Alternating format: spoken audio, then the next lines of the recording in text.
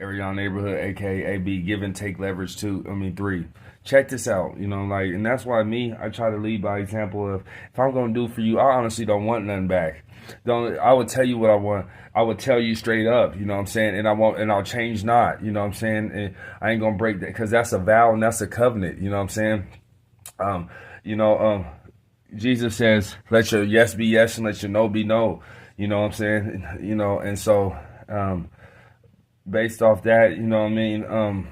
Because that's his character. Don't do nothing. Don't commit to something if you ain't gonna do it. You know what I mean? Like, at the end of the day, that's gonna be a tally. God gonna check you about that. Reroute soul karma, whatever you want to call it, it'll come.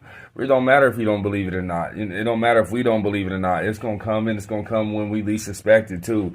I'm really depending on this person to do something. That's that. Yeah, when you really dependent on it, if you've been doing this stuff, that's when it's not going to happen for you. You know what I'm saying? Because that's manipulation, and that's not God's character, and don't expect God to back that up. That's Satan's character. You know what I'm saying?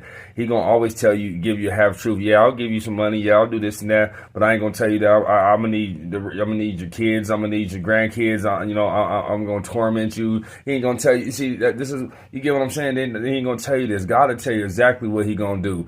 You know what I'm saying? For the most part, and even if God does something that he won't tell you, he's still going to tell you, like, for instance, okay, what does the Bible say? The wages of sin is death. Or, if you do, you're going to reap what you sow.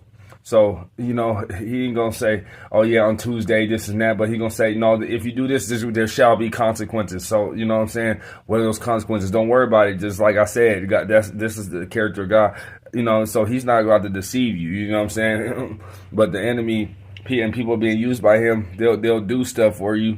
And like I say, I just pray that you get out of that situation, because that's a big problem in this world. I believe people are coming and then they change, what I'm saying? People are coming, they'll give you stuff and opportunities and do stuff for you, but what they're asking for is like a 70-30 deal, you know what I'm saying?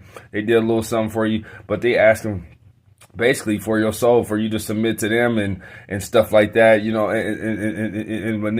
throw it up in your face every time, they won't give, and just, they won't be Jesus said, be a cheerful giver. It won't be a cheerful, you want cheerful givers, or in the name of Jesus, just be okay with people not doing anything. If you got these people in circles, just don't take anything from them. You know what I'm saying? If they always going to throw it in your face and they ain't doing that the kindness of your heart, because that's a form of bondage.